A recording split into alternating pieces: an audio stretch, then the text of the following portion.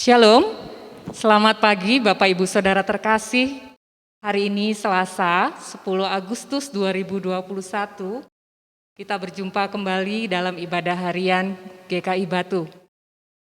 Doa dan harapan kami, Bapak Ibu Saudara terkasih, dalam keadaan sehat dan sejahtera. Mari kita mengawali ibadah pagi hari ini dengan bernyanyi dan memuji Tuhan dari PKJ 285. Bila badai hidup menerpamu. Nah saudara, ingatlah selalu akan janji Tuhan. Walau hidup kita tidak terlalu mulus, baik dalam pekerjaan atau kehidupan berkeluarga, kasih setia Tuhan selalu ada menyertai kita.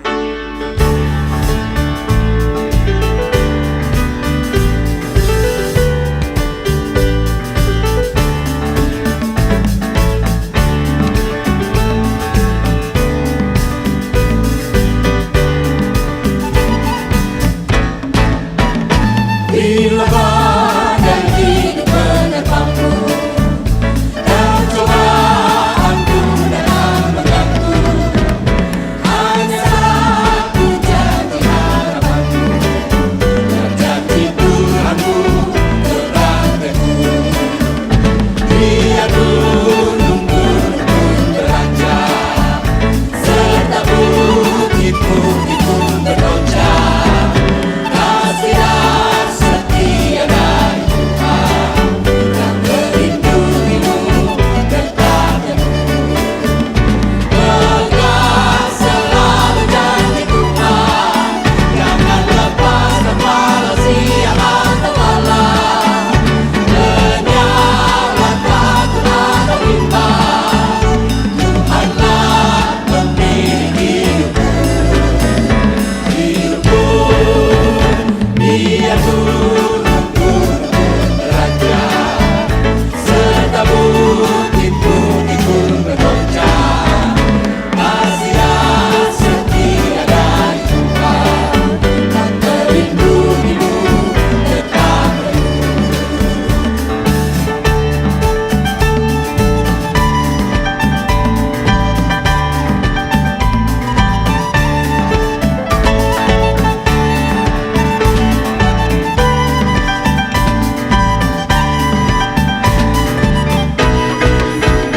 Bila badai hidup menerpamu dan cobaan pun datang mengganggu, hanya satu janji harapanku, dan janji Tuhanmu tekan teguh. Biar gunung-gunung pun beranjak, serta bukit-bukit pun bergoncang, kasih dan setia dari Tuhan yang melindungimu tetap teguh. Pegang selalu janji Tuhan, jangan lepaskan walau siang atau malam. Menyala takut atau bimbang, Tuhanlah pemilik hidupku. Biar gunung-gunung pun beranjak, serta bukit-bukit pun bergoncang, kasih dan setia dari Tuhan yang melindungimu tetap teguh, dan melindungimu tetap teguh, dan melindungimu tetap teguh.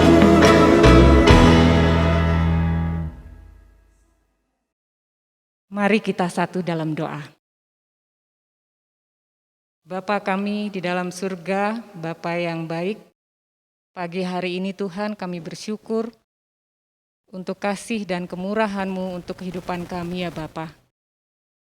Pada pagi hari ini kami akan mendengarkan kebenaran sabda-Mu.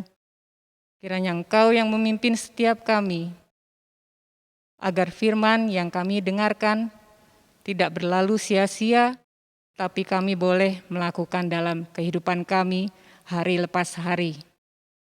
Kami berdoa untuk Bapak Pendeta Dwi Santoso, yang akan menyampaikan kebenaran firman-Mu. Biarlah firman yang disampaikan boleh menguatkan setiap kami. Terima kasih Tuhan. Dalam nama Tuhan Yesus, kami sudah berdoa. Amin. Bacaan firman Tuhan hari ini diambil dari 2 Petrus 3 ayat 9 sampai 15. Tuhan tidak lalai menepati janjinya. Sekalipun ada orang yang menganggapnya sebagai kelalaian, tetapi ia sabar terhadap kamu, karena ia menghendaki supaya jangan ada yang binasa, melainkan supaya semua orang berbalik dan bertobat. Tetapi hari Tuhan akan tiba seperti pencuri. Pada hari itu langit akan lenyap dengan gemuruh yang dahsyat, dan unsur-unsur dunia akan hangus dalam nyala api, dan bumi dan segala yang ada di atasnya akan hilang lenyap. Jadi jika segala sesuatu ini akan hancur, secara demikian betapa suci dan salehnya kamu harus hidup. Yaitu kamu yang menantikan dan mempercepat kedatangan hari Allah. Pada hari itu langit akan binasa dalam api dan unsur-unsur dunia akan hancur karena nyalanya. Tetapi sesuai dengan janjinya, kita menantikan langit yang baru dan bumi yang baru, di mana terdapat kebenaran. Sebab itu, saudara-saudaraku yang kekasih, sambil menantikan semuanya ini, kamu harus berusaha supaya kamu kedapatan tak bercacat dan tak bernoda di hadapannya dalam perdamaian dengan Dia.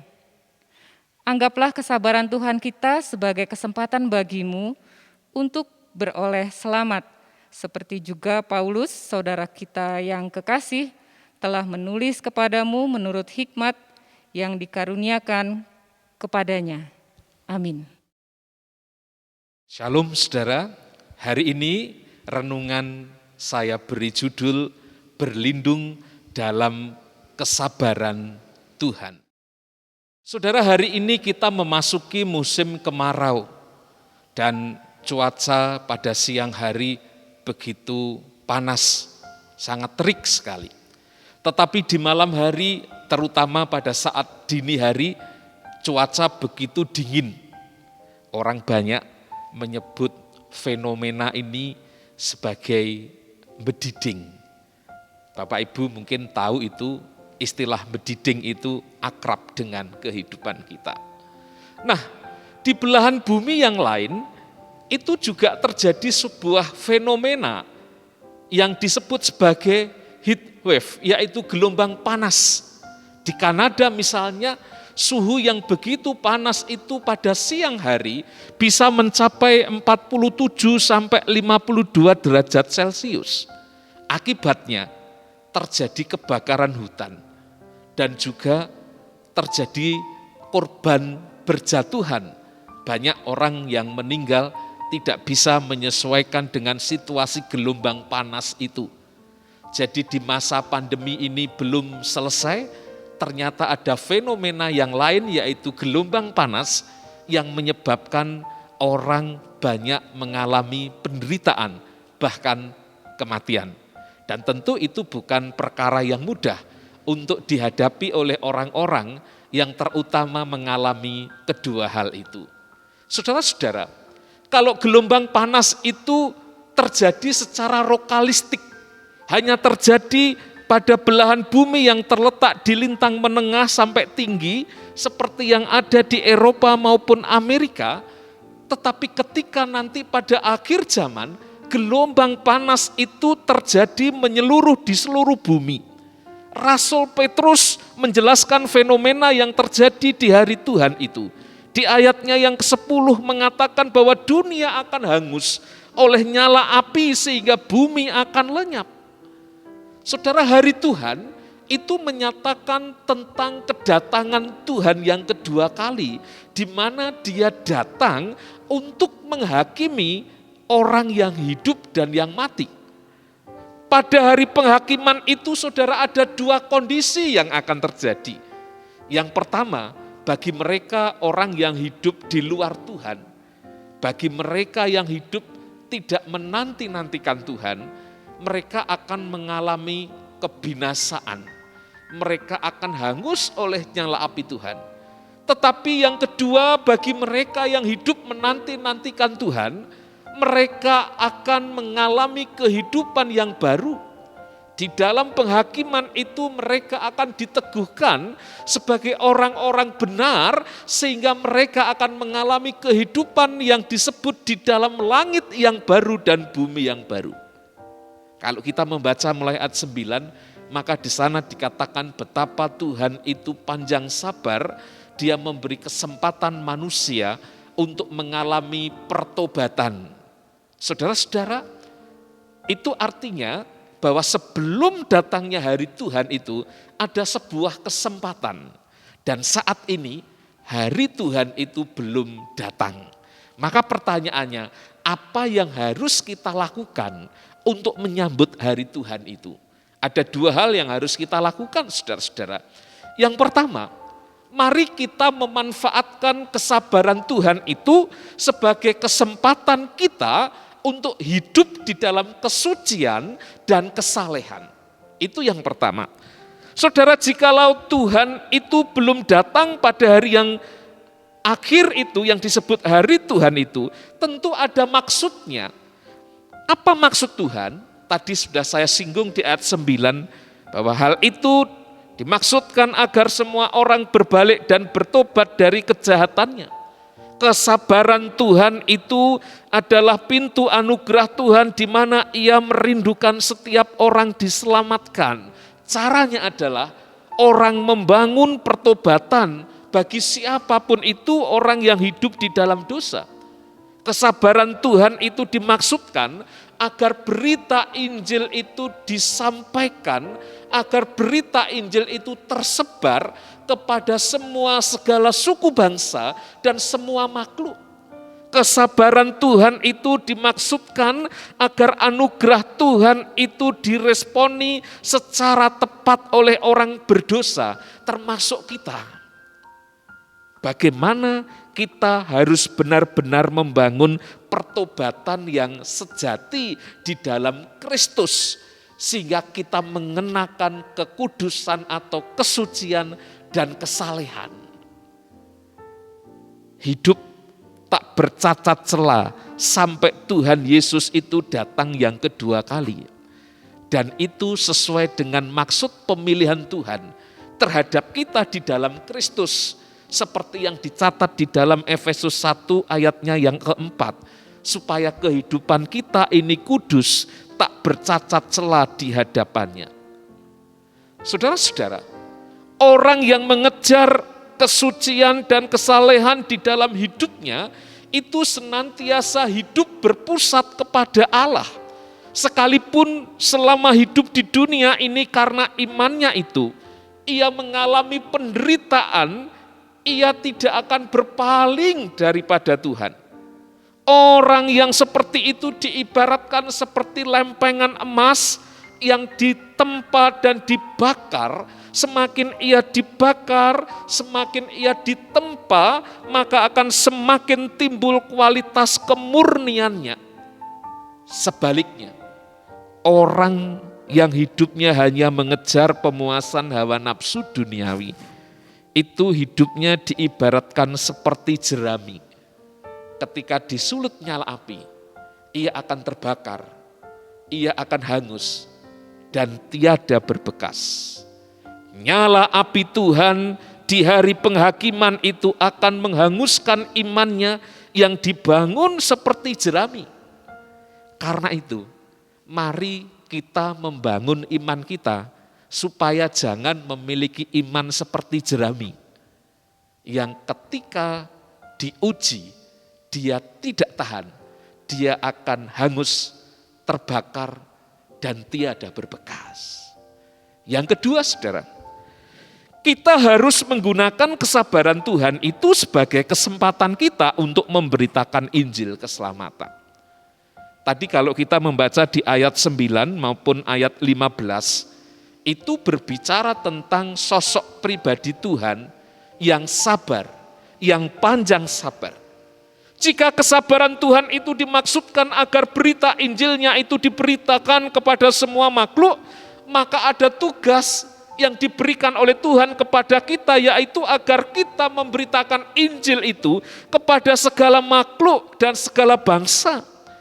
Kesempatan setiap makhluk untuk menerima berita Injil sebelum datangnya hari Tuhan atau akhir zaman itu menandakan tentang keadilan Allah, menandakan tentang sifat kasih Allah, bahwa di dalam kasih Allah itu bercorakkan keadilan, di mana kasih itu diperagakan, maka keadilan itu diperjuangkan, maka keadilan itu digelar.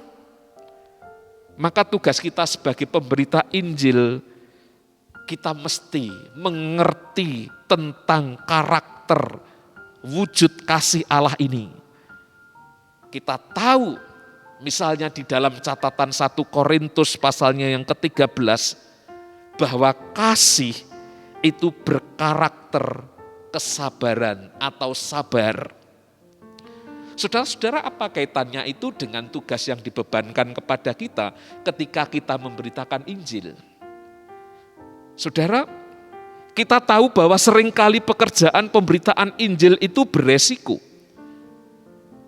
Ada pemberita Injil yang ditolak, difitnah, dimusuhi, dijahati, diintimidasi, dipersekusi. Bahkan ada martir-martir Kristen yang mereka harus sampai mati ketika mereka melaksanakan pemberitaan Injil. Menghadapi situasi yang demikian, kita harus mengingat visi Allah yang mulia di dalam ayatnya yang ke-9, yaitu bahwa Tuhan menghendaki manusia itu tidak binasa. Itulah isi hati Allah yang penuh belas kasihan. Artinya, menghadapi tantangan, rintangan untuk memberitakan Injil yang mungkin beresiko itu, digerakkan oleh kasih, kita harus tetap mengerjakan hal itu. Bagaimana kita harus memberitakan Injil itu, belajar meneladani kepada Tuhan Yesus sendiri, Sang Juru Selamat kita. Ia ketika hadir di dunia dan melayani memberitakan Injil, ia dibenci, dicaci, dikianati, namun membalas mereka yang bertindak keji itu dengan mengampuni. Di atas kayu salib, bahkan ia mengundang penjahat di sebelahnya untuk menikmati Firdaus yang suci. Dan tugas kita pada hari ini sebagai pengikut Kristus adalah menghadirkan hari Tuhan itu. Bukan hari Tuhan sebagai hari penghakiman yang berwajah penghukuman. Karena penghakiman itu adalah hak dan urusan Tuhan.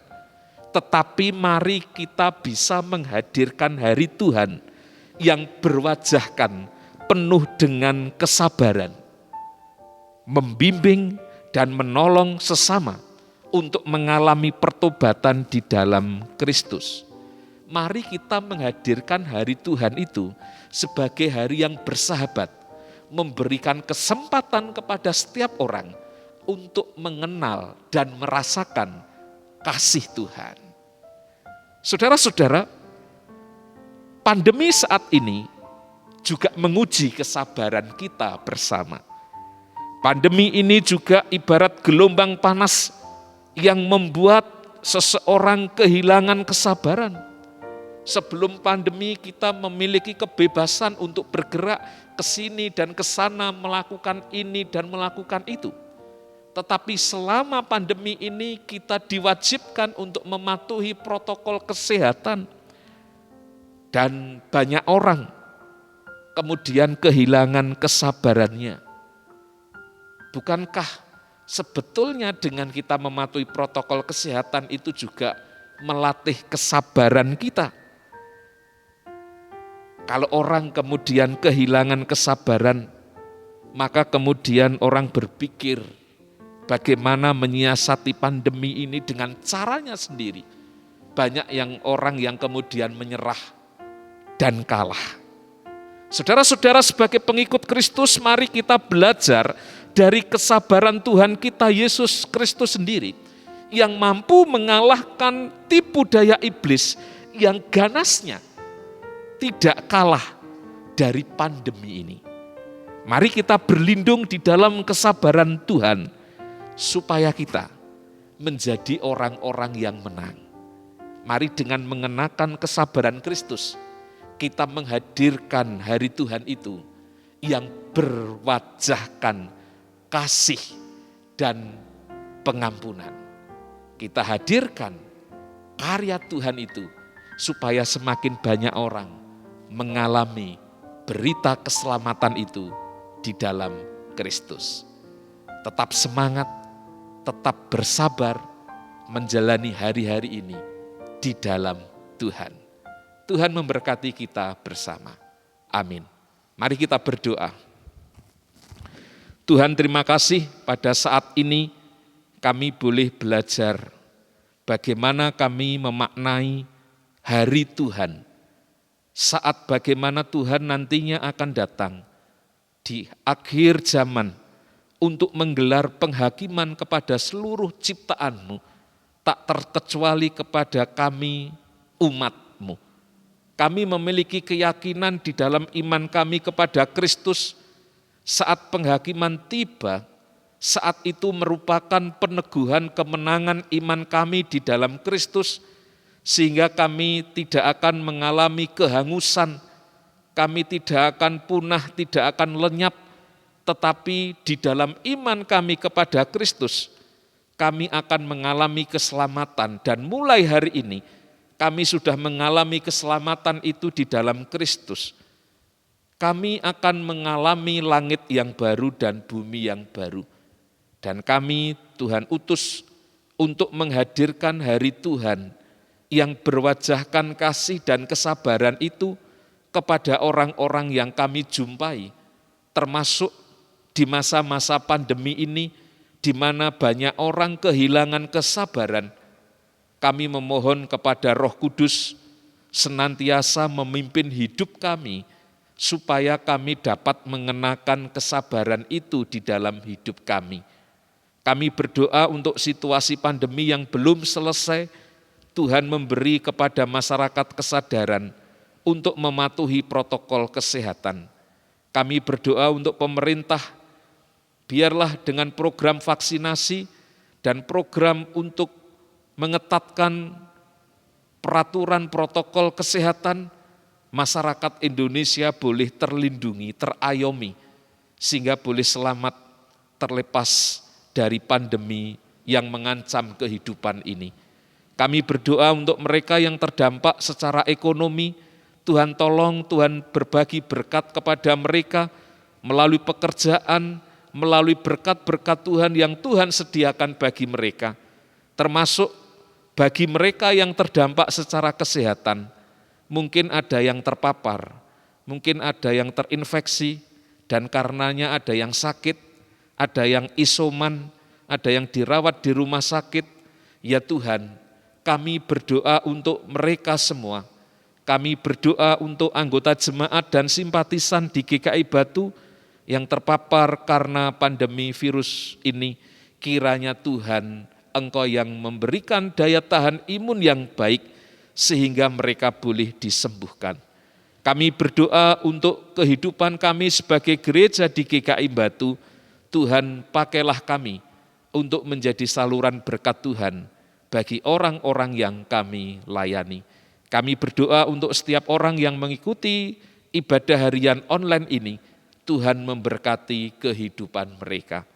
Kami menyerahkan kehidupan kami ke dalam tangan-Mu ya Tuhan, dan kiranya Engkau memberkati kami pada hari ini. Saudara-saudara, arahkanlah hatimu kepada Tuhan dan sambutlah berkat-Nya. Damai sejahtera Allah yang melampaui segala akal akan memelihara hati dan pikiranmu di dalam Kristus Yesus, Damai sejahtera yang mengalir dari Allah Bapa, Putra, dan Roh Kudus menyertai kehidupanmu sekarang dan selamanya. Amin. Bapak Ibu, Tuhan memberkati kita sekalian. Salam sehat. Shalom.